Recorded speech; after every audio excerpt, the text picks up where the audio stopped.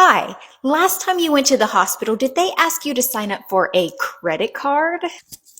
Here we go. My name is Christy. I'm an advocate for both patients and healthcare workers with my main focus on financial exploitation. And with that being said, let me tell you about the newest trend in hospitals. So I work alongside a nonprofit called $4. And what $4 does is they hold hospitals accountable to charity care laws. If you don't know what those are, charity care laws are laws that state that all nonprofit hospitals in the United States must provide free or reduced care to patients who meet certain income requirements. Well, we are now seeing an increase in patients who are saying that hospitals are now pressuring them to apply for medical credit cards, often called care credit, to pay off their debt to the hospital.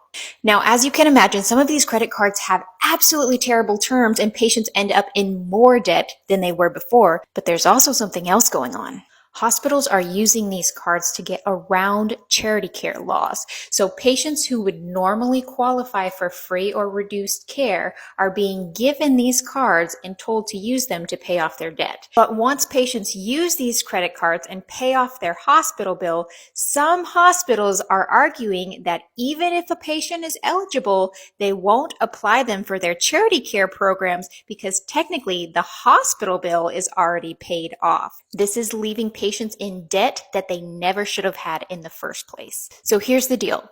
We have partnered with an organization called Justice Catalyst, and they are a human rights nonprofit law firm. They really want to explore this further, but in order to do that, they need more patients who have used these credit cards to share their stories with them. So if you've ever been given one of these credit cards by the hospital and you want to share your story with the lawyers, there is a link in my bio. You can click it, fill out the form, and send it to them. The more people there are that are willing to share their stories, the more evidence we have to fight back.